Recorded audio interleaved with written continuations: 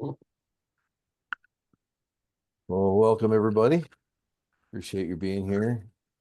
Hope you're all enjoying or making it through the holidays, as depends on your point of view. So, um, we got a fun one tonight. We got we got to figure out committees. That's kind of the big topic for tonight. But I'm going to share here. So let's do that. Here's the agenda screen. Can you guys see that all right? We need to zoom it in a little bit. Actually see the screen I'm sharing, which is annoying, but okay, well, let's see, it's 6:04, so I'm gonna call the meeting to order. We have everybody present except Jake Vasquez, Don Schoderbeck, and Keith Krebs are not present, but we have quorum, so we're good. So first order of business would be to accept the minutes from the previous meetings. We have the minutes from the regular meeting in October, which I sent out. Also meetings from that special meeting in December. We had to talk about the Minnetonka Dam. And then the year in review minutes, which is essentially just a recap of the election and the one bylaw change that we had, just noting that we made those elections. So did anybody have any changes you wanted to see to those minutes, or everybody happy with them as they are? Take that as a yes. So all in favor of accepting the minutes from those three previous meetings? Aye. Any opposed? Okay, great. Then does anybody have anything they want to add to the agenda? Or things that they wanted to change from the agenda? Okay then. Cool. Anybody have any remarks they want to make? Any comments or anything they want to put in the record for the meeting? All right, getting things done. Okay, so let's go on. Let's talk about the upcoming meetings and events. The spring is shaped up well over the last few weeks. So in the January meeting, Lance Kittle, I don't know if everybody knows Lance or not. He's a pretty well-known fly tyer who lives in Poncha. He owns a company called Pescavita. So he ties flies and he makes custom rods. Good guy. He, over the last couple of years, has been spending a lot of time in Central and South America, doing some pretty cool stuff. And so he's going to come and talk about fishing for tarpon in jungle rivers, which sounds insane. He said he catches or at least had hooked tarpon up to about 160 pounds and landed them up to about 80 pounds. And then also fishing for golden dorado in Argentina. And it looked like that was more sort of like, it almost looked like the Everglades, like kind of grassland type of things. But again, like really crazy place to catch fish. So he's going to come talk about that. And then he's planning another trip down to Costa Rica next year. So we'll be talking about how people can get involved in that. Then the March 20 meeting will have, I think, 3 or 4 folks from Excel who are going to be there talking about the Fousas Dam removal and the restoration of Fousas Creek, and kind of what's going to happen next with the other dams and the power plant and stuff. The Film Fest is set for May 8th, which is a little bit later than what we've done last few years. The veteran vedettes group is going to be doing the other Film Fest in Salida again this year, and they moved their date a little bit further back, so we moved ours, so we'll be about a month after them. But that, yeah, it's already reserved, and we're already good to go with Upriver on that. And then May 15th, Ken Iwamasa, I know several of you know Ken. He I had coffee with him yesterday, and he's got this project where he's become really fascinated with Baetis and all the various species of Baetis, and the fact that nobody knows what is in the rivers, and even the entomologists have trouble kind of separating the species. But he's been doing basically going and seining the river and catching duns with a butterfly net and then doing macro photography of them and tracking. And he's identified at least 6 different species. Not he hasn't isn't trying to like figure out what exact species, but he's identified at least 6 different types down there and is looking for some people who would be interested in getting involved in doing more of that. So he's going to come and sort of talk about the Baetis and um, how diverse they are in terms of, from like I think up to like 8 millimeters down to 4 millimeters, and so significant difference in size and color and everything else. So it's got a lot of implications there for trying to match the hatch that you can do a lot better than just your typical, going out and throwing a parachute at them type of thing. So it should be fun. Um, and then if anybody has any other ideas moving forward, Michelle White, who did a great uh, um, presentation at our, I think it was October or September meeting. Anyway, she has several other presentations that she could do, so she's willing to come up. Karen Dills had suggested Walt Dabney, who's a retired Forest Service person who could talk, has a talk on public lands that he could do.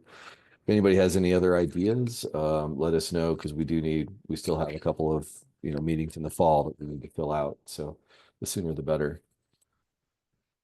Any thoughts on any of that?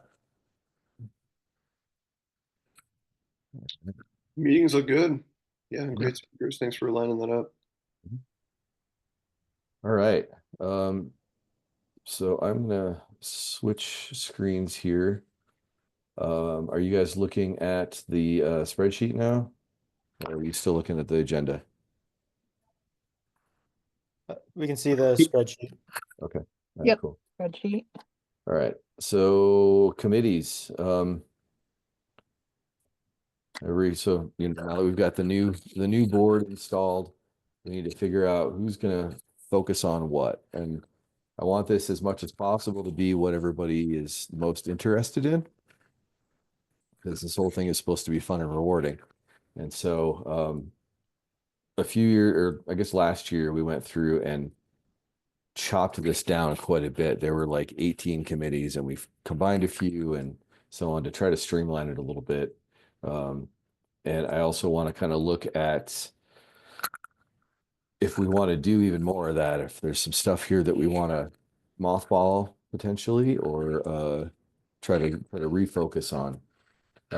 One thing that in 2023, all of the committees met in January and kind of talked about what we maybe wanted to do or what our aspirations were, what we thought our capacity was for the coming year. And that seemed to work well. And we got some plans going and executed a lot of stuff. Last year we never did that, and some of the stuff that we had done in 2023 never came to pass in 2024. So I'd like to try to do that again, get those committees to meet, and just so that everybody has an idea of what we're working towards, and yeah, and like I said, most of all, what's our capacity. But we need to, this is more or less what they were looking like from last year. There's a couple of some folks that are no longer on the board that are not in here anymore. So we need to fill a few holes here and then reallocate as needed. So I think it makes most sense just to maybe start at the left. And so Dave, Don and Jake, neither one of them is here. Kim, you had talked about maybe wanting to get on this committee. Yeah, no, it's definitely of interest. Okay, Yep. okay, cool. And kind of that larger coordination with some of the Flag Gals initiatives as well, and Yeah, I think and so. sort of coordinating all those pieces. Right. How do you feel about being the chair? Given that you're working on all this other stuff, having that coordination. That's a very honorific title. It doesn't really involve much more than any other committee member, but Yes, no, again, kind of thinking about priorities and some of those pieces. Yes, that's something I could share.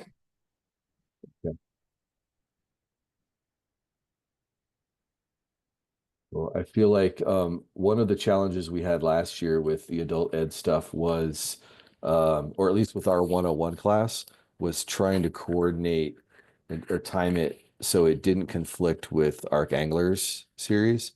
We didn't Yeah, want and I to. know we've posted our dates already for Arc Anglers, so we can Oh, okay.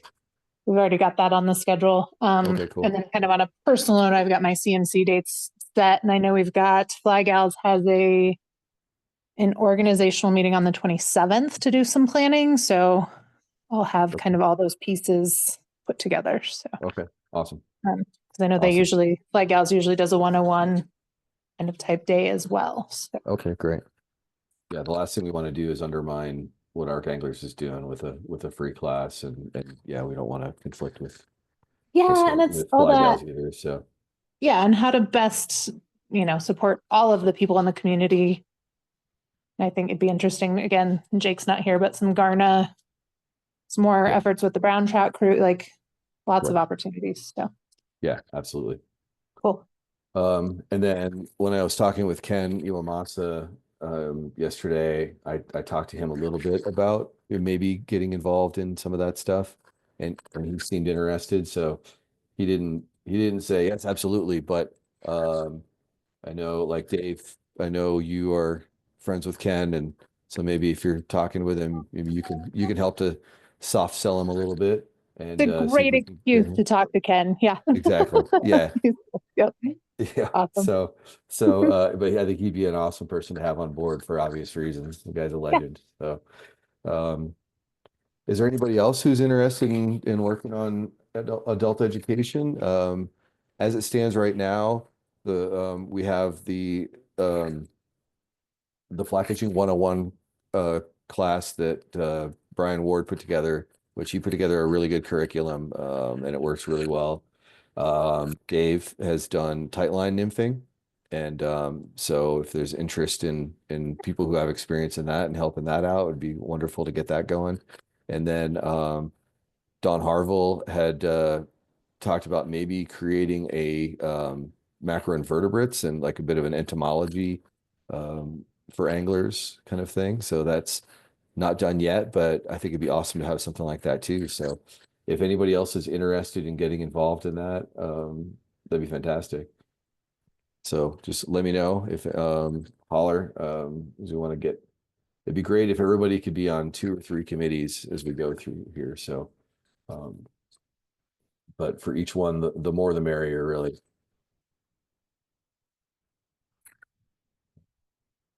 All right. So moving on, advocacy isn't a committee as such.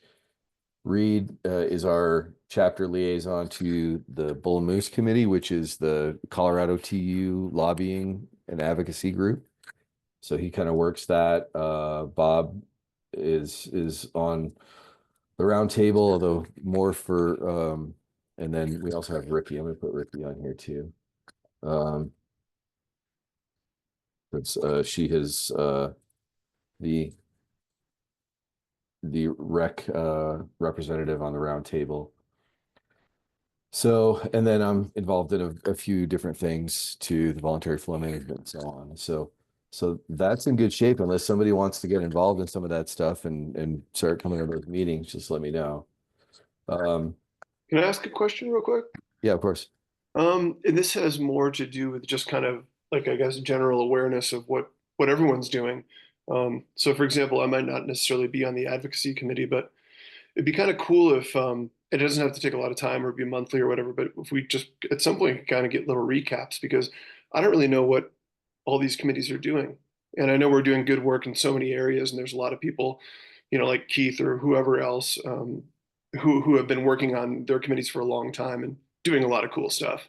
Um, and so, I'm just kind of curious, like advocacy, for example, we don't have to do a recap now, but, I'd love to kind of just know like what's going on with some of these sometimes. So that's just kind Well, of more of an aside, but just throwing that out there.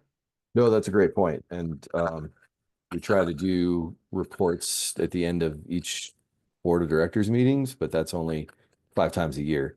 And Mhm. so I definitely want to get better information from Bull Moose, and I can get that from Colorado TU. But yeah, Gotcha. I agree. I think it'd be great Yeah, 'cause I think there's a lot have of wins more to updates. celebrate. Yeah. And then I can also potentially like use those to kind of create some social media posts and some other things. So yeah, it'd be great. Okay, cool. Well, we should talk about that when we have each committee meet in terms of, yeah, communication back to the group.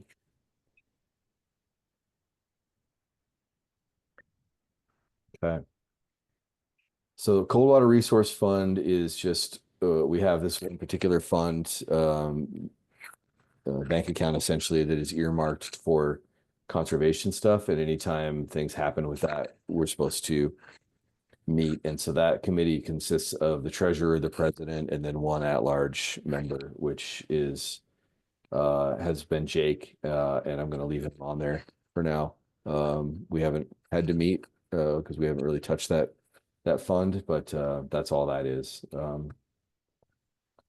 Communications, I feel like we're good shape there, unless Scott, you feel like you need additional help.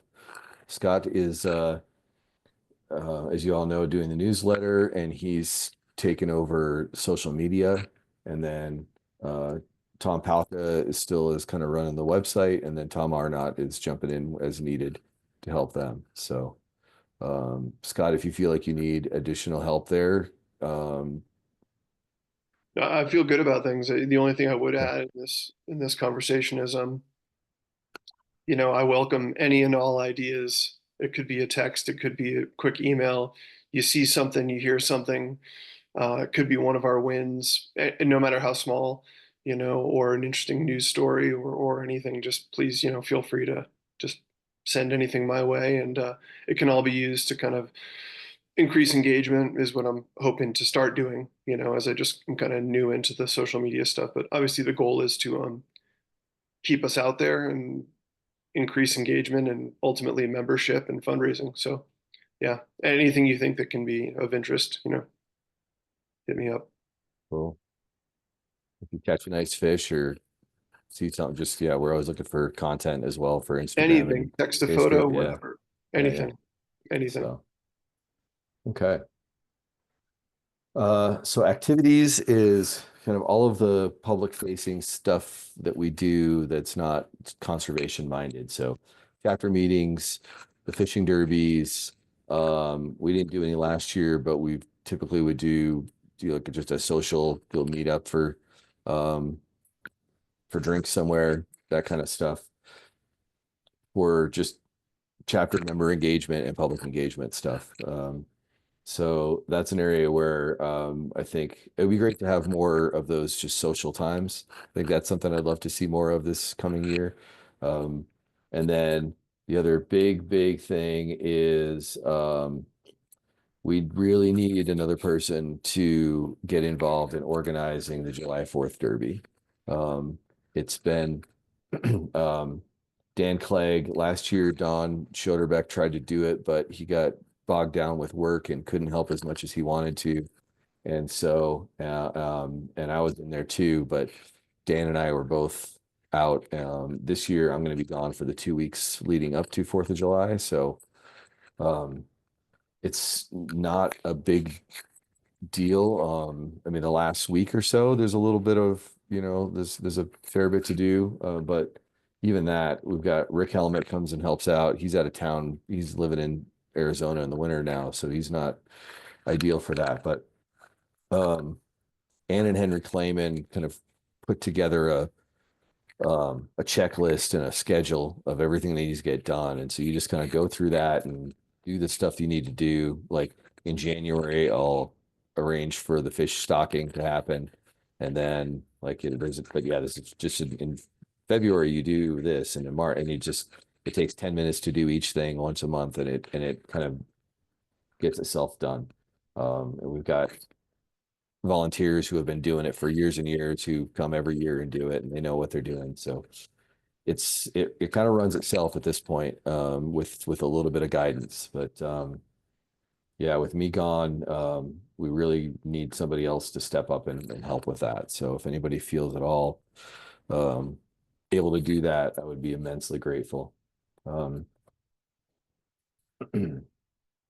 we've got Jerry Wright and Jeremy Ward are doing the Labor Day Derby, so that's well in hand. They handled it great last year.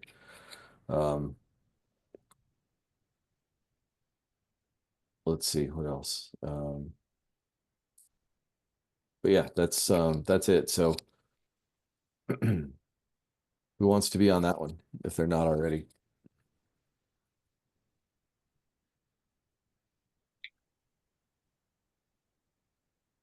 I am, slightly interested. I'm a little bit hesitant right now this month to put my name on anything that I can't commit to because my new work schedule is going to involve a lot of travel, and until I know that in January, Yeah. I wouldn't feel, Right. confident about, Yeah. signing up for You're that.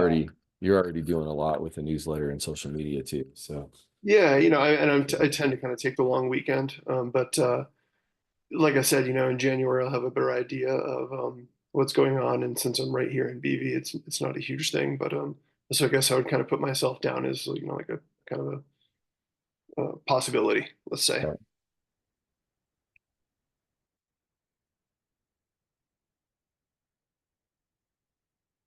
Okay.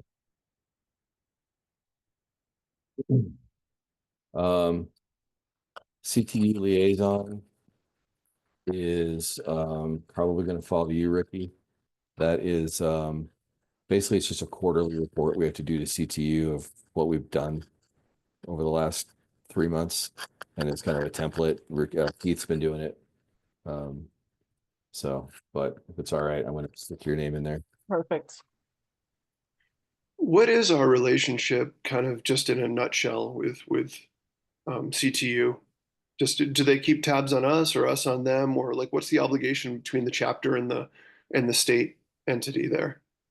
That's a great question.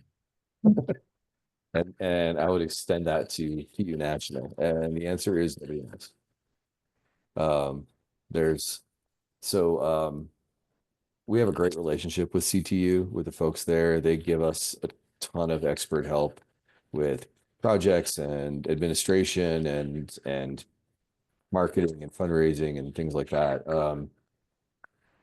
So we're pretty much like, I mean, we're really technically independent, but we're part of a council. I guess there's, what is it, 22 chapters, I think, statewide, and we're all part of the state council.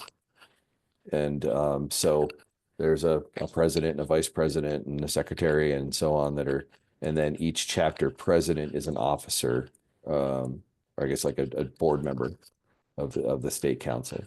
Mhm. And so the executive council meets monthly, the state council meets quarterly. We do a couple of those in person. One is rendezvous, and then usually the fall and the spring meetings are in person. And then the winter and summer ones are by Zoom. Gotcha. But in terms of governance, almost all of it is done by that executive council, and then they have staff like David Nickham is the executive director, and they've got a whole staff of, I'm not sure how many people they have on staff, but several. Like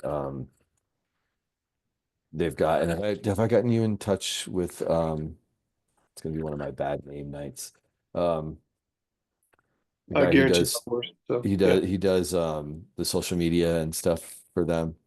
No, that's actually one of the things, and we can kind of Okay. move this to the side. But I would Yeah. love to be able to link up with somebody at CTU who could then put me in touch with like people at other chapters and stuff, and try to learn from them and learn from everyone. And I'm Yeah. making a note here to get in touch with you about that. Okay, cool. Any support? I mean, I'm sure they're, TU and CTU have funding, and I'm sure they have people that are pretty responsive that can kind of suggest some Yeah, strategies and things. definitely. They're great. And they're like, yeah, full-time, social media expert people. Sure. Thanks. But yeah, they're all very, very supportive and very responsive in my experience. So all right. Um everybody's least favorite, but the most important is finance and fundraising. This is kind of a combination of two. So finance is like Dawn, and then Pam is kind of I guess you call her an emeritus member, but she also is, Don, what would you call that? Like it's oversight isn't necessarily the right word, but she's like, I guess audits maybe? No, no, oversight would be a good, I believe it's what it's called in our charter. So I think it's Okay. called an oversight position. Yep. Yeah. So basically a not somebody who is not a member of the board who just oversees and audits everything to make sure that Don's not embezzling too much. Keep it within reason. And then Jerry Wright used to hold that position. He was a former treasurer. So I think he actually is no longer doing that since Pam took that as previous treasurer. And then otherwise it's fundraising, which is obviously really, really important. And so I'm going to, without writing it down here, I'm basically considering everybody to be in the fundraising committee. And when we get to those times where we need to do fundraising, I'm going to be hitting everybody up to help as much as possible. One of my goals this year, last year we did sort of a proof of concept of going out and trying to solicit sponsors for the film festival, and it went really, really well. And so I think we can, like the first year we did the film fest, I think we raised about $3,000, and this year we did over 8,000. And that was with just a little bit of effort from a couple of people to go out and try to solicit some sponsors. And so this year I'd like to do a lot more of that, and I'm hoping we can get over that 10 grand. We still haven't found a fundraiser that is consistently makes the kind of money that the Caddis Festival did back in the day. But I think that we can do it with a couple of different avenues. That's one. And the other one that I would like to do is try to revive the online trip raffle. We didn't do that this year. That's always been Keith's baby, and he didn't have the bandwidth for it, nor did I this year. So that's something that I would love to have somebody do. We have some outfitters who have donated trips to us multiple times in the past. And so I think it's just a matter of doing the ask, and we can get those trips, do that. And that, again, that raised about 5,000 the last time we did it. So I think that with a couple of tweaks, I think that could be even more successful too. So I'll be hitting somebody up, some of you folks to help out with that, because that's just something that we all need to be helping with. Because if we don't have money, we don't have a chapter. So Chris, I think it would be helpful real fast on the fundraising piece to kind of outline, like what is our fundraising goal and what we hope to meet, because I think that helps guide decisions and how much we need to focus on that, right? Yeah. What our hopes are and Right. Yeah, absolutely. And then random side note, secondary to that, for whoever wants to be in charge of fundraising, I picked up a donation of things this fall. Kind of as a last minute donation, some rods and stuff that are in my garage. Whatever we want. Oh. They're there. I need to get rid of them, or we need to do something with them, but I don't know if that's a Tom eBay situation or how we want to handle that. But just as a note, there's still pile of things that's still in my garage. Okay, cool. Off Yeah, topic. just to tag on to what Kim said, what she just said, it makes a lot of sense, Chris. And I think, and I'm sure every committee could have a strategy meeting in January or whatever to set up kind of priorities for the year. But since you're right, I mean, money is, in addition to volunteer hours, really kind of what makes it all happen. If we kind of at least powwow and just kind of be like, okay, we're going to have canvassing for IF4 in either April or whenever we want, into the run up to that event. And what are some of the other things? It might give all of us a little bit more of an opportunity to think about when we have time and plan ahead and to kind of maximize the effort, if you will. So not laying that at your feet, but just saying, hey, last year things were kind of heard about. I was happy to help with canvassing for IF4, for example, and I want to do that again this year. So if we just kind of had maybe a little bit of a roadmap for the year, like Kim said, and a goal, it might create a little bit of an incentive, or a little bit of motivation for us all to look around and try to kind of find that money. Yeah, that's a great point. Yeah, you both make great points there. And so that's, I want to have all the committees meet in January and kind of do that. And so, yeah, fundraising will definitely be doing that. But yeah, to your point, for the last couple of years, it's been just sort of a let's raise all the money we can, just looking forward towards like these larger scale projects that we've got in the works that we're going to need matching funds. So let's kind of try to get as much money as we can in the bank in any way we can. Sure. But there are also some some kind of scheduled things that we need to plan for, like scholarships. And we're going to talk about the porta potty thing here a little bit later, but that potentially is one where we're looking at a multi-year commitment of a certain number of amount of money. So, that kind of goes hand in hand with the budget. But we can certainly, yeah, we definitely need to do that. So yeah, we have goals to attain. All right, Flag Owls. Kim, is that still an accurate list for Flag Owls? Yes. And I Okay. mentioned, I think we have a planning meeting the 27th, I think. Okay. Um, All right. and I think these are the 4 of us who are attending. So yeah, I think that is accurate. Okay. All right, Beth cool. might be the one that's missing from that list. Beth. Beth Harvey. Yep. Beth Harvey? I think she's Hervey. I'd have to double check the spelling. I think it's Hervey, Hervey, but I might be making that up too. Okay. Beth H. Okay. Okay. Recruitment and retention is these guys are kind of a unit. So Tom, you guys get his membership report, and then Rick and Patricia basically send out letters to new members and to lapsed members to remind them, hopefully get them to go. There's not a ton of active recruitment going on right now. If anybody wants to figure out how to do that, that's always one of the great conversations at any of the CTU meetings with other chapter leaders is how do we recruit more members? And nobody has the answer. So my inclination right now is to not focus on that too much. Historically, our chapter has always hovered around the 250 to 300 member range. We're down 10 members from last year at the year in review meeting. So I don't know if we need to be concerned about that or not, but my feeling is that generally speaking, in any nonprofit like this, any membership organization like this, you have about 10 to 15% of the members who are ever going to be active. The rest just send in their check.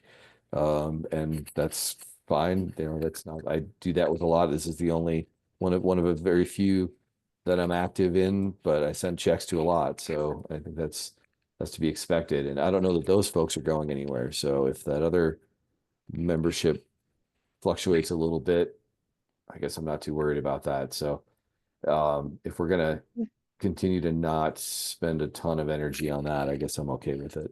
Unless somebody has passion about getting out in there and doing that, I'm all for you doing that. But Just a side note, I think maybe the name tags kind of used to be assigned to the committee.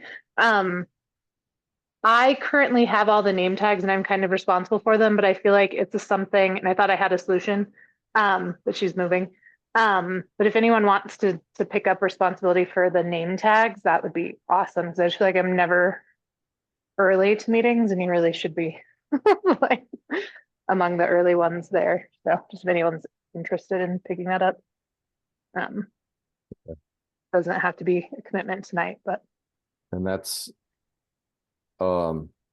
you've streamlined that a bit since Jean was doing it, so it's not a whole lot of work at this point. Is that yeah, okay? and I changed the design, like, because it was printing a lot of color, so it doesn't take up as much ink and some of those things. And it was during COVID, it kind of got dropped, so I needed a good refresh, but it's pretty simple now. It's just that I'm always running from work or from the last thing to try to get to the meetings, and then I'm late. So Okay. All right. We'll figure that out and we'll get that to somebody else at some point. But no hurry. It just knows I'm always late. okay. So projects is the obviously this is, yeah, restoration projects. And so I'm technically on all the committees, but since, I mean, this is kind of, like I said, I want everybody doing the things that they're the most interested, most passionate about, and for me, this is it. And plus, I'm kind of involved in all the projects anyway, so I'm put myself in this chair here.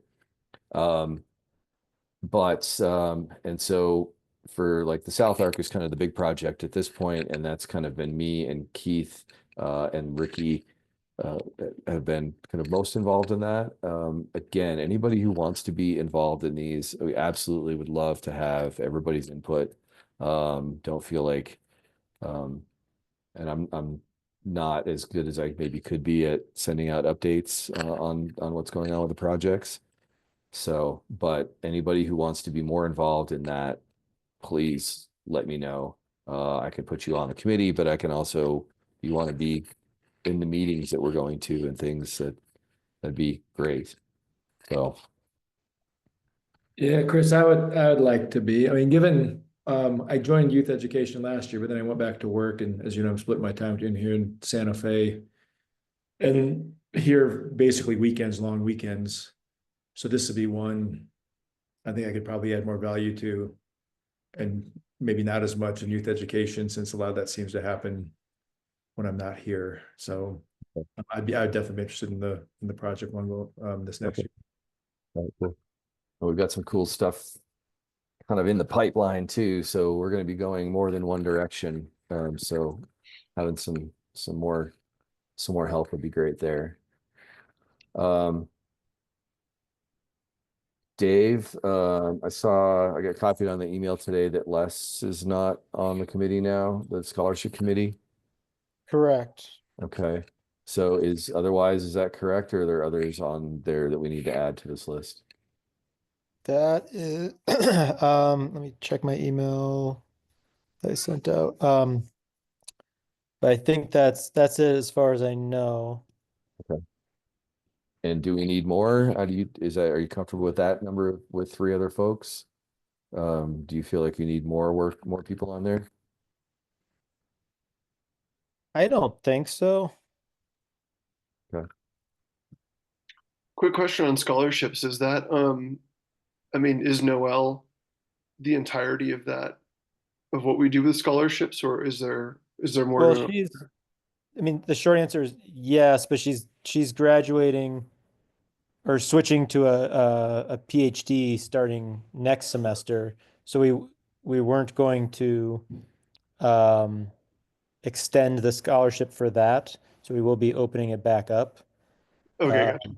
at this point, I mean, I think we just have to look at the fall semester for that.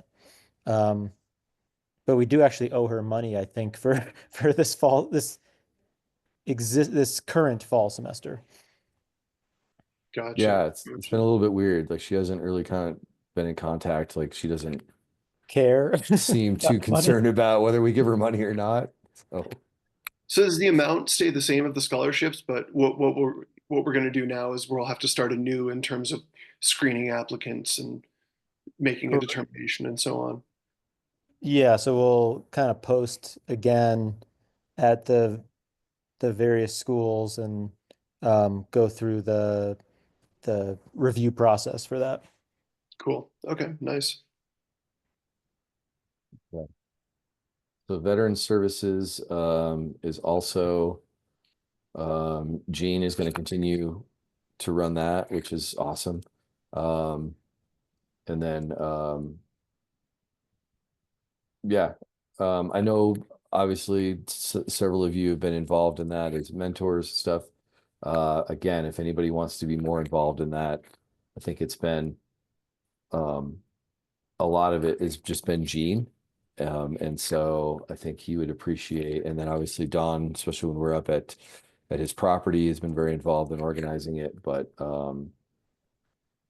it would be great to have another person maybe involved there if anybody is able.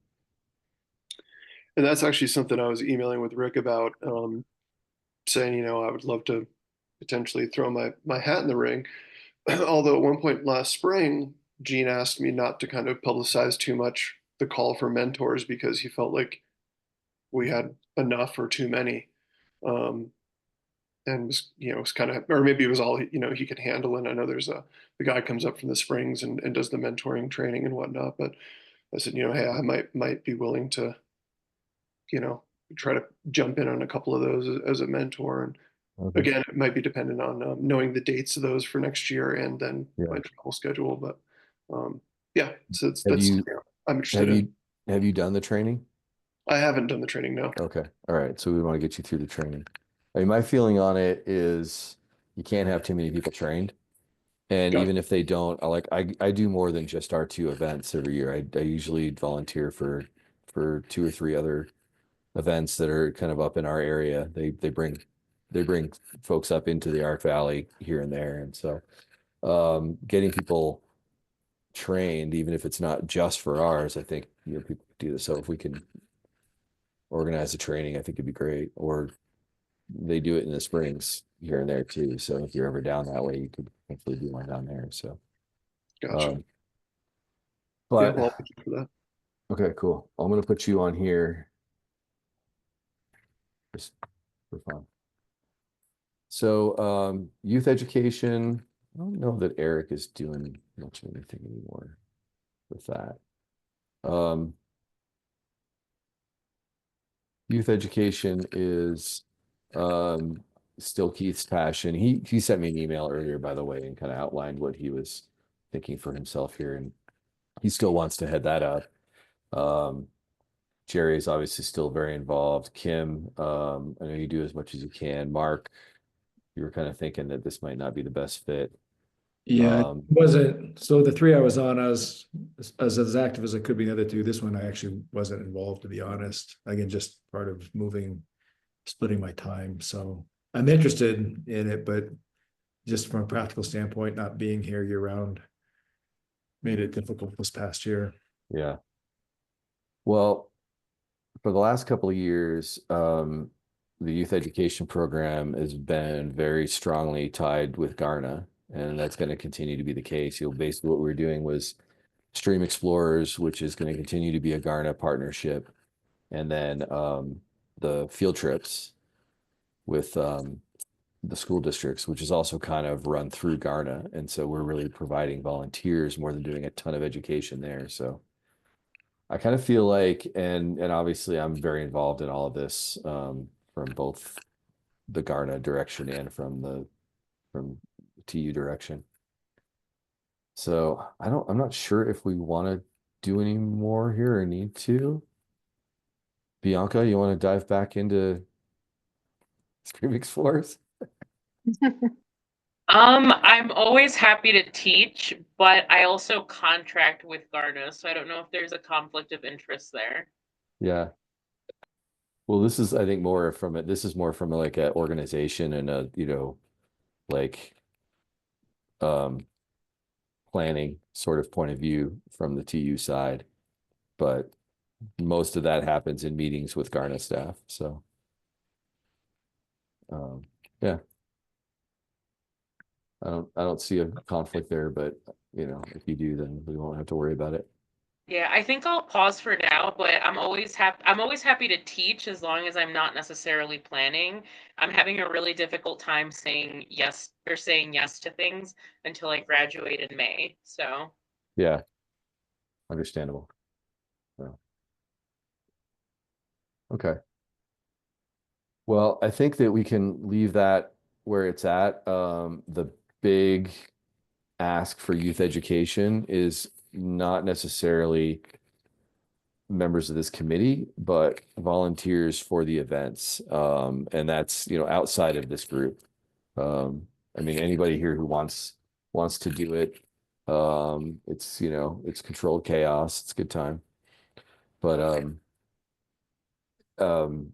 recruiting other volunteers is always our challenge. People who are able to, come and teach. People are intimidated by thinking that they don't have enough knowledge, and we've got everything we need. You just have to know more than a 6th grader, basically. And so it's not too hard. And we've got we're gonna have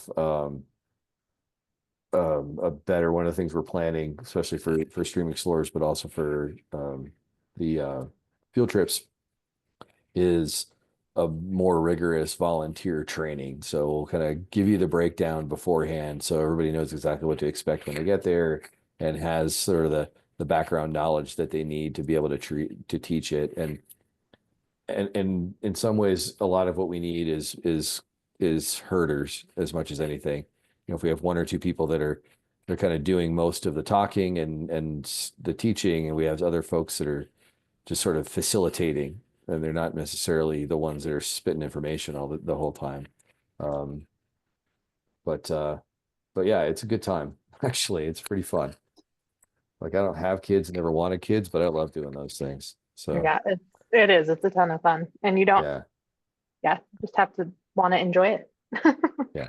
So I think I just kind of throw in something here that I just thought of and I wrote down to follow up with in January is, I feel like one of my, kind of weak spots, if you will, is not knowing a ton of people in the valley who might have time on weekdays or whatever. And that's kind of what held me back from helping Keith on some of these youth ed activities.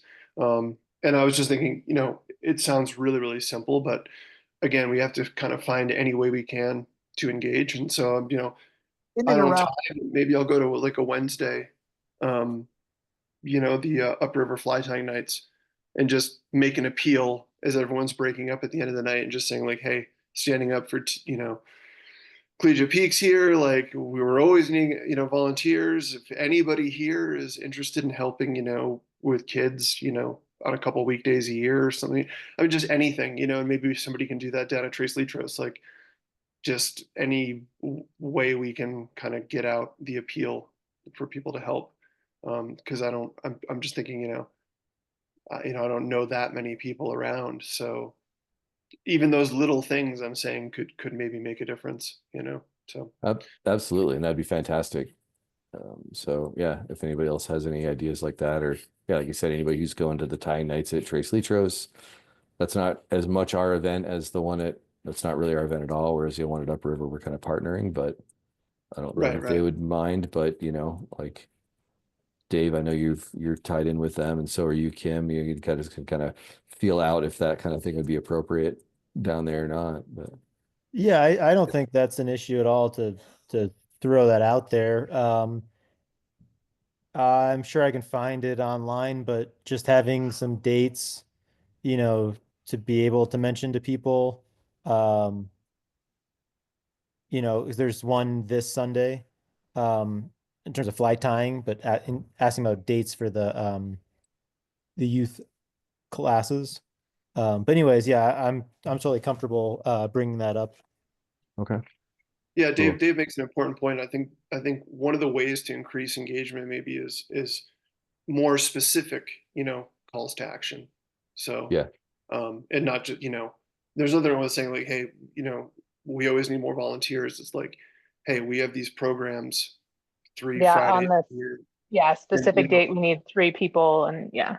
yeah, just something, and even if we, yeah, like we're saying, just something a little bit specific. Hey, if you guys like tying flies and teaching other people to tie flies, you might like teaching kids about bugs in the water. And we do these in Leadville, Salida, and BV a few times a year. yeah, Really fun. So, anyways, I'm willing to go down and kind of be an ambassador at Upriver, and maybe I okay. can get a free perdigon or stonefly tied for me out of it. I tied the most wonky stonefly last year that Chris Morton's helped me with. It's like the legs, I'm not going to say it's anatomically correct, but it did catch a fish. So There you there you go. go. Yeah, I think at this time it would be more of a trying to find people who might be interested, who would be willing to give us a name and an email. And then because we don't have dates yet, everything there'll be field trips in the spring, and then Stream Explorers is in the summer, and then there'll be field trips in the fall. But we don't have dates yet, but it's nothing impending, but it's going to be a few months out from now. So but it would be great since, yeah, as you said, you've got an audience there. Maybe we can get a list of folks that would be willing to have us get in contact with them when we do have dates and see if they're available. Sure. So, but yeah, and that's a as great well, idea.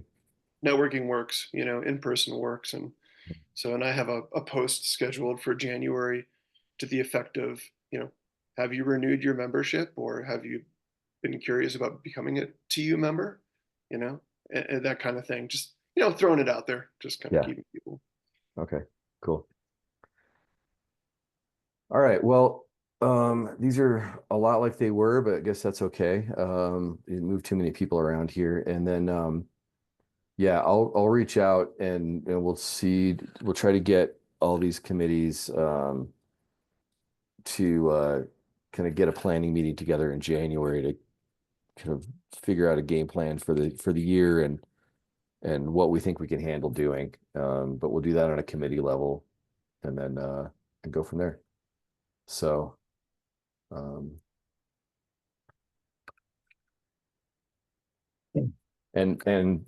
by the same note, if you have folks like Ken Iwamasa, for example, if you have folks you're talking with or whatever that you think might be more interested, or people that used to be more active and were on committees or on the board who you think might want to get back into that and add some manpower to our committees, having more folks involved in the planning is always helpful. So if you have any ideas on that, feel free to reach out to folks and then just get back to me if you get a hit.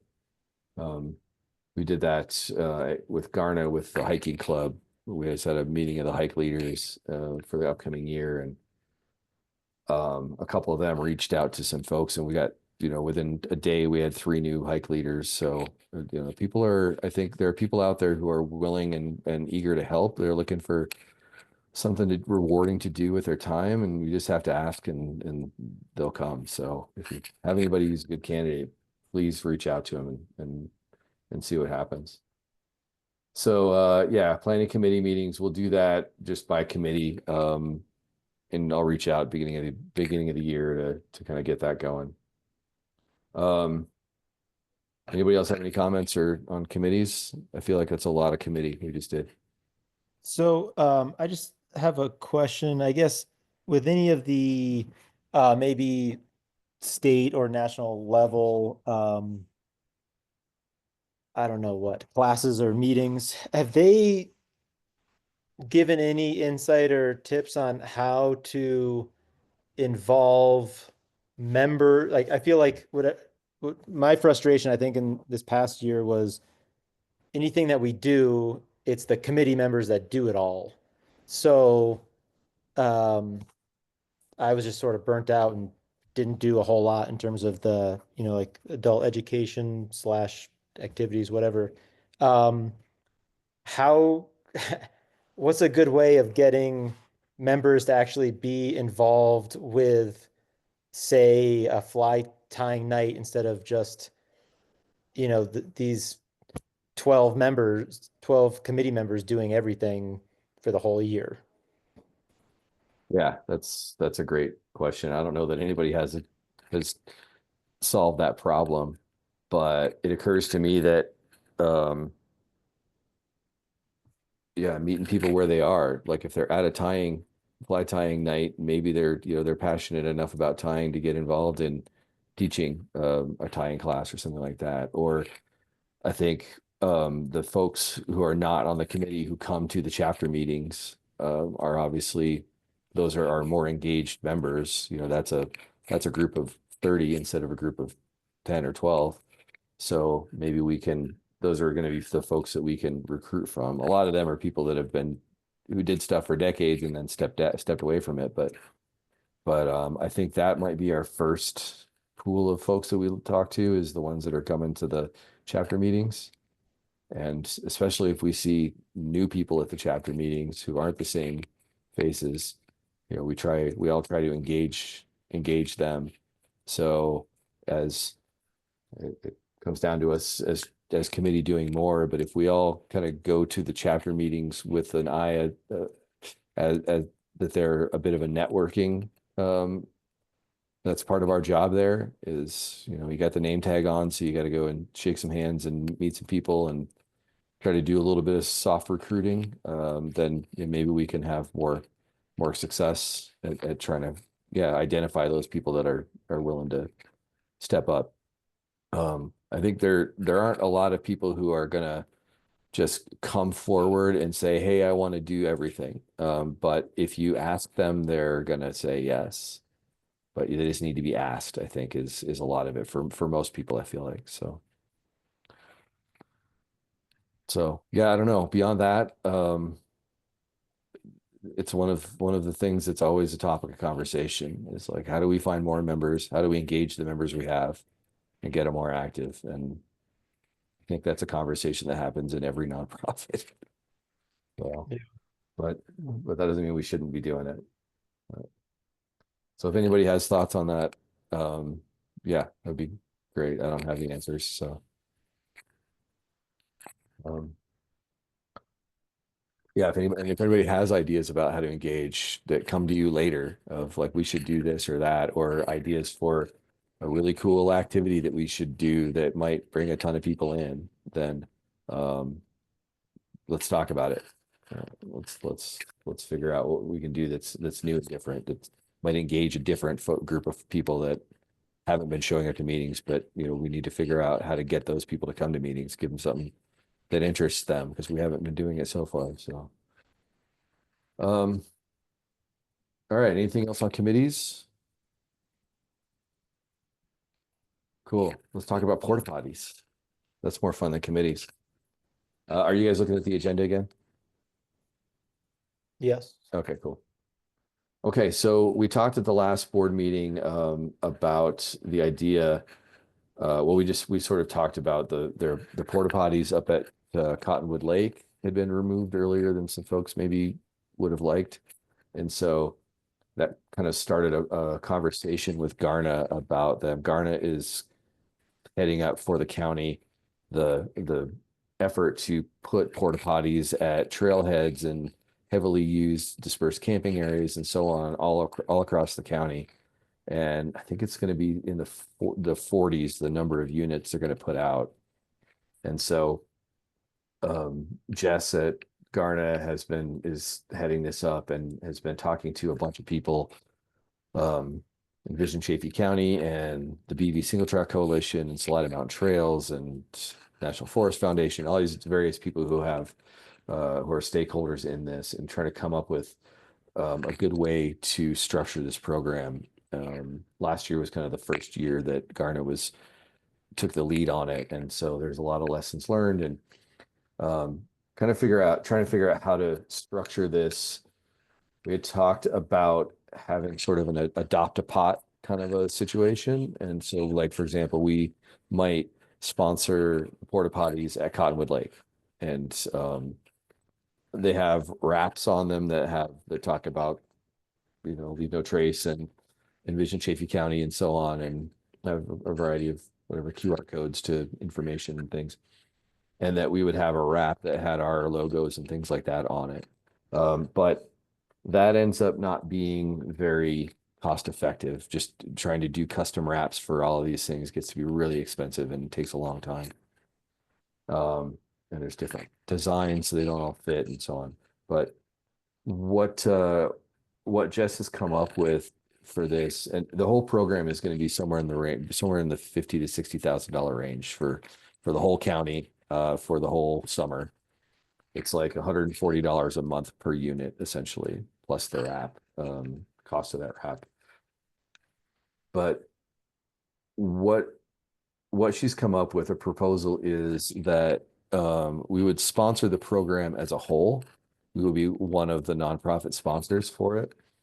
And so we would have our logo along with others on the wrap for all of the units countywide, not just at, say, Cottonwood Lake. So there would be a big thing that it'd probably be like us and Parks and Wildlife and Garna and Salida Mountain Trails and BV Single Track Coalition, I think, are going to be the main ones that are on there. So, and then they're also going to try to go after some corporate sponsors potentially. And so those would be smaller below, but we would have kind of top billing, and it would get our logo out across the entire county, which is the advantage of it. And what they're asking for that from us would be $1,000 per year and a 3-year commitment. And they're going after a Chaffey County Common Grounds Fund grant for the balance of it. So they're looking for the match for that. And I think it's like a $10,000 match they're trying to get after. So it would be, I think it's us, BV Single Track Coalition, and Salida Mountain Trails, each doing 1,000, and then I believe Garna doing 1,000, and then going after corporate sponsorship for the rest of that money. But they're looking for like a 3-year commitment so they could show and extend it. It's not going to flame out after 1 year. So I think that it makes sense because like Cottonwood Lake is obvious. That I just use that because that's the one that we talked about the last time we had this discussion. But a lot of these are going to be put in dispersed camping areas. For example, above Cottonwood Lake and above the campground up there where there's a lot of dispersed camping, they're going to put one up there. And a lot of other areas where it's going to hopefully divert human waste from watersheds and basically where it can flow into the streams. So it's protecting the watershed as a whole, which is aligns with our mission. So I think that having the larger countywide view and also having our logo out countywide would be a benefit. So anybody have thoughts on that? I wanted to try to get something out to you earlier, but Jess kind of had meetings with BVSC and SMT and stuff on Friday, and so or not on Friday, on Tuesday. So we didn't have a lot of time to kind of put something together and get out to you for thoughts ahead of time, which I apologize for.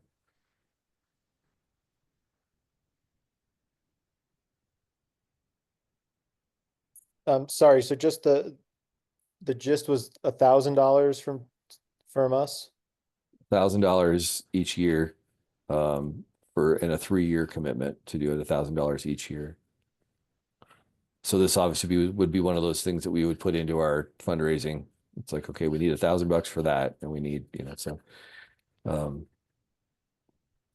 so yeah, that's basically it. $3,000 over 3 years is what they're looking for from us. And that's for it's a 6-month. They're placed for 6 months basically. Poop is expensive. Yeah. Well, Yeah. and I think it's one of those like, does it align with our mission?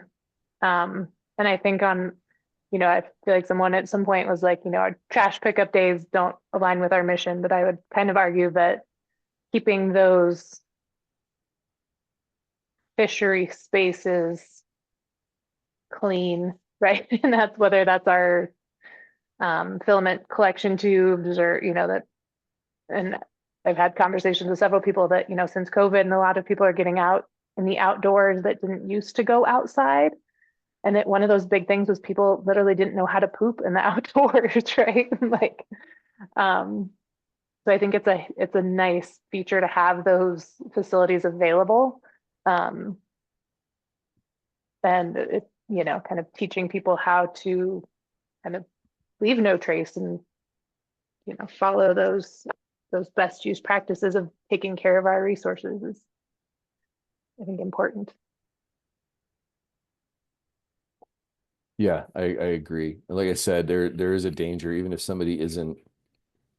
we're not putting one like directly next to a stream, there's, somebody just poops in the woods, it's gonna wash downstream the next time it rains. It's gonna wash downhill and eventually get into a creek. So, in that regard, I think it does align with our And mission. I think there's that strategy of like putting them, like you mentioned, like Cottonwood Lake, you kind of know where the jumping off points, right? If I'm going to Hancock, I know where the last chance bathroom is, and you know what I mean? Like, so having them, it doesn't have to be by the creek necessarily, but helps people, gives people options, and then maybe they do learn a little something about, okay, what happens when you need to do your business and you are out and about, and how to do that responsibly, and some of those things.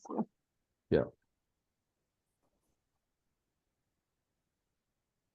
I'm open to it. do we want to have more discussion about it? People feel comfortable voting on doing something like that now, or do we want to, everybody want to think about it and we do an email vote? They're trying to kind of get this, it's not something like Minnequa where you have to say right now, but we need to say relatively soon if we're going to say yes or no, so that they can go back to their grantors and let them know that they've got, what funding they've got. So. I think it makes sense, honestly. I'm just thinking about Stonehouse, for example. That's one of the spots that I fish a lot, and there's a porta potty there. I assume as part of the same program.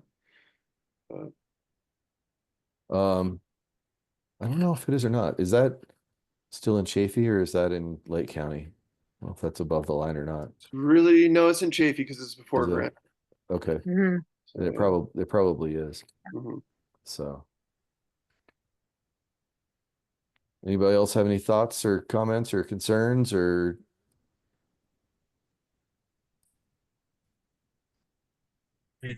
Just my 2 cents. Hope they put more than one porta potty at Cottonwood Lake. That thing's going to be inundated. I mean, that place is crowded with just one porta potty. I mean, that's the details like that. But budget wise, we got plenty of money. I mean, we have basically a $40,000 budget, and we've spent about 8,000 since April. So, uh, kind of an underutilized budget. There's plenty of room in the budget for something like this.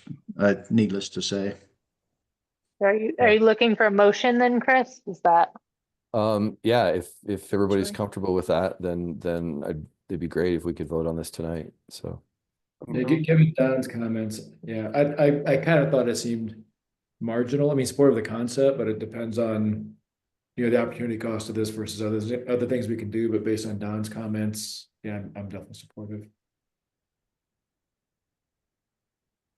Okay.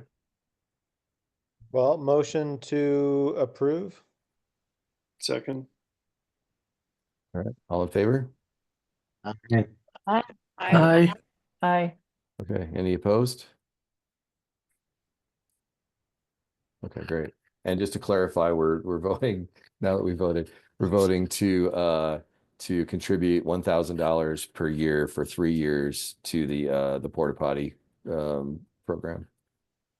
So okay. one thing that was brought up actually I think we talked about this maybe at the last meeting 2 months ago, but obviously, like, it's a porta potty. It's really hard to brand, but this is something I'm just writing down as like, we could do a little post about it or something just to say like, hey, we're chipping in, so any Yeah. credit we can get for this, I think is great.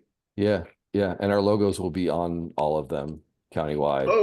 Okay, cool. Nice. Yeah. I mentioned that, but maybe it wasn't clear. So they've got like a graphics wrap on them all. And so they're kind of on there already, but we're going to add something that recognizes all the sponsors. And the nonprofit sponsors will be prominent and at the top, and then any corporate sponsors would be like below. So we'll have kind of top billing, and it'll be on all of them as opposed to like if we had just sponsored one or at Cottonwood Lake or whatever. But yeah, Don, I was up at Cottonwood Lake yesterday or Tuesday. I don't know what day it is.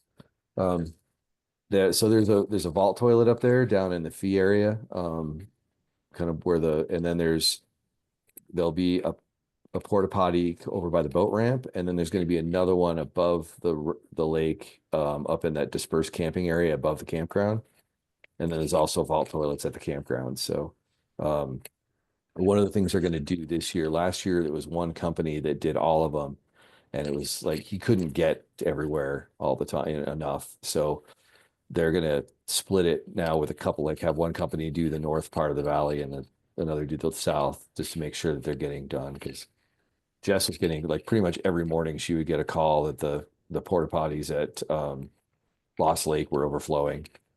So because this guy, he was like over 200 miles or something like that, the route to try to get these things and up dirt roads and so on. So it was tough. So one of the things that's going to be improved this year is the monitor, making sure that they're getting emptied, and ideally more than once a week.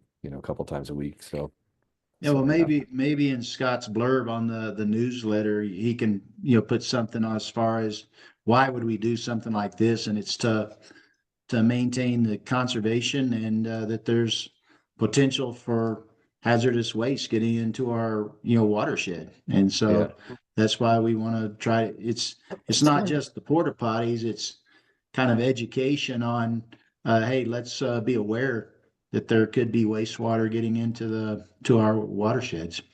Yeah, absolutely. Absolutely. Yeah, we'll talk about that, and I'm sure Jess will have some ideas on messaging and stuff that we can use too. So, but yeah, that's absolutely the case. That's the whole idea. So, all right, cool. Anything else if you wanted to talk about now that we're getting towards the end? I just have, just to wrap up the loose end on the scholarship. Uh, I mean, we have not spent, we gave her the scholarship back in the spring semester, but since our fiscal year starts in April, we have $5,000 left in the budget for scholarships that we haven't paid any of, which we haven't paid any this year. Are we still going to follow up with that and give her something for the fall semester and the spring semester? With the $5,000, and who's going to reach out, or what? Can we? Yeah, I'll follow up with her again. I emailed her and corresponded with her like a month ago. I mean, I think it's only right we give her, half for the fall semester. That's what we said we were doing. But I don't think we are obligated or expected to give any money for the spring semester. Is she graduating after the fall semester, or is she? I guess she's completing her master's now and then, but just in the spring, starting the PhD program. Okay, so the fall semester is her last semester in her master's program. That's what I'm 99% sure of that. Okay. Okay. Yeah, I think that's what we talked about when we started with her, was that we would support her through the master's, but not through a PhD. So, has she been doing, wasn't it the onus kind of on her to contact us and report grades and all that kind of stuff? Was that kind of what was in the requirements for the scholarship? Yeah, I don't know if, I mean, yeah, I think probably both parties um, haven't done enough. So I'll just reach out to her and say like, hey, if you want us to send the scholarship money for the fall semester, can you let us know about your classes and grades, etc. And then maybe just give a formal, notification that we won't continue in the spring semester. Okay. That might That make a sounds nice good. little kind of addition to, could be a nice little newsletter tidbit or something like, what's, scholarship updates or something. Right. Yeah. Here's what Noel's up to. Doesn't have to be much, Yeah. 10 sentences or something like that. Yeah, I don't know. And I'll write it. You could just maybe shoot Yeah. me a text or let me know what's going on with it. But Yeah, that would be cool to let people know that, yeah, we successfully shepherded. yeah, it keeps Not it that we, visible. not that we did a ton, but No, but got, got it her. gives visibility and it highlights another, because we're always writing about like veterans and youth education and some of our other core programs, but we don't necessarily highlight some of the other things that we do. So, just a little blurb about the scholarships could be kind of, something. Hey, hey, do you think she might be a candidate for one of our meetings? Her topic was really, really interesting on what she doing, like different cutthroat strains. I mean, if Yeah, it's not too she's over our so, heads, it'd be kind of interesting if she could give us a presentation. well, that was in May, correct? Yeah, She did give, this last yeah, May. It was last she winter, did give a maybe. Yeah. presentation. It was snowing, but Uh, it was in May. Remember, it felt like winter, but it was actually in May. But yeah, All she right. came up and did a presentation, which was really interesting. I would love to see her kind of final thesis, though. yeah, Yeah. I could also, in the email, just include like an open invitation to, another one we could spread it out, maybe next summer or something. Yeah. Yeah, that'd be cool. If she wants to come back up, that'd be great to get the final.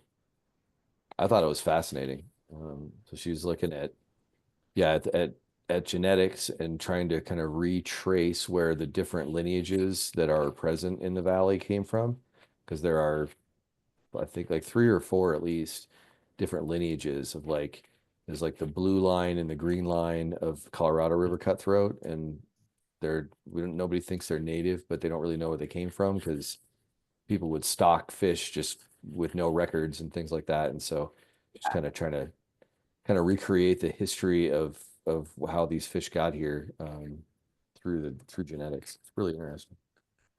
So okay, so then with the scholarship, then the next step would be figuring out the timing of and who to send out the notice.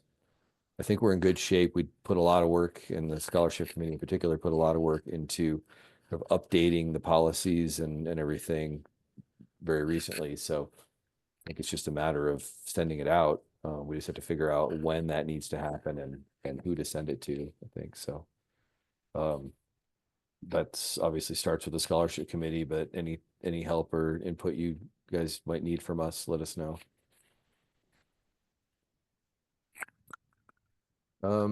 Okay, well then, let's move on to a couple of really quick some updates here. One is the South Arc.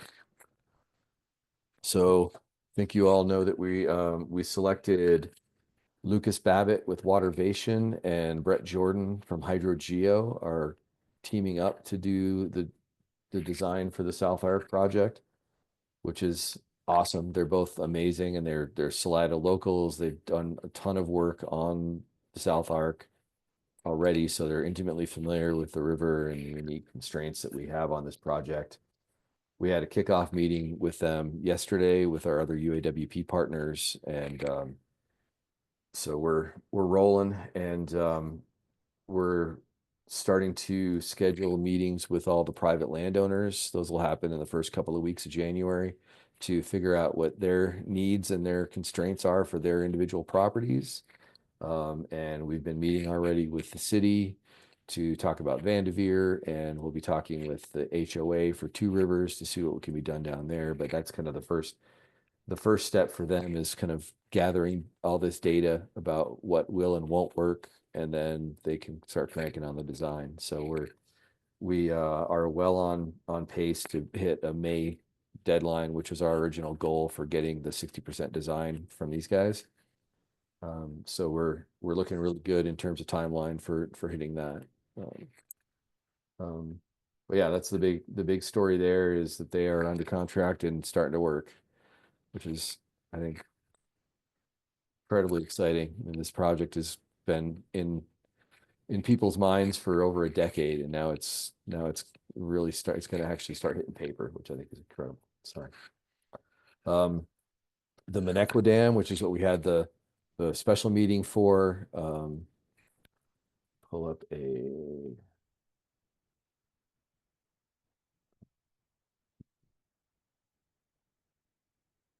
There it is. Okay, sorry. I got an email from Jonathan Packlian from Arwick this morning. They're the ones that are leading the charge for this. He sent me an update this morning. So this is the one that we had voted to write a commitment letter to provide 5,000 in matching funds for a Colorado Water Conservation Board grant. So they have they've got everything they need from CWCB. The budget, the phase 1 budget is $449,000 roughly, which is not quite as much as they had feared it would be. So the match is 112,000, and so they're close to getting that, but CWCB has agreed to move forward with them, so they're working to get under contract with CWCB before the end of the year, which is the deadline. And then they're still working to get all the match together, but CWCB is confident that they'll be able to get it, so they're willing to move forward. So that project is a go, is on from the design level. So the other two TU chapters, the Pueblo and the Colorado Springs chapter, both also contributed. Aroa and ARCC also contributed. Thanks, Bob, for that. Fremont County, Canyon City, Rio Grande Rio, which is a private boaters group, and Colorado Whitewater. And then they're also, it looks like they're going to probably get some money from BLM and the Forest Service. And it looks like today, like it might be likely that they're able to get some money from CPW as well. So Tom Waters, who heads up AHRA, is a big proponent of this. So he's been working hard to try to get funding from CPW. So anyway, so that project is moving forward, and which is awesome. And so it's great that we were able to help make that happen. And then let's see. Here we go. The last thing I had on the list was a scholarship committee, but we kind of already have covered that, unless there's anything more that you want to add on that. I don't think so. Yeah, no, we'll just, after the new year, we'll start getting everything sent out to various schools in the area and go from there, keep everyone updated. Okay, great. Bob, what you got?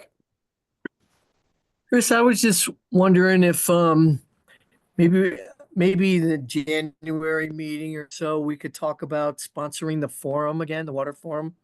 It's going to be held this year on March 5th and 6th in Pueblo. Sure. Yeah, we've done that last several years, I know. So yeah, if you we can certainly talk about that in let's see.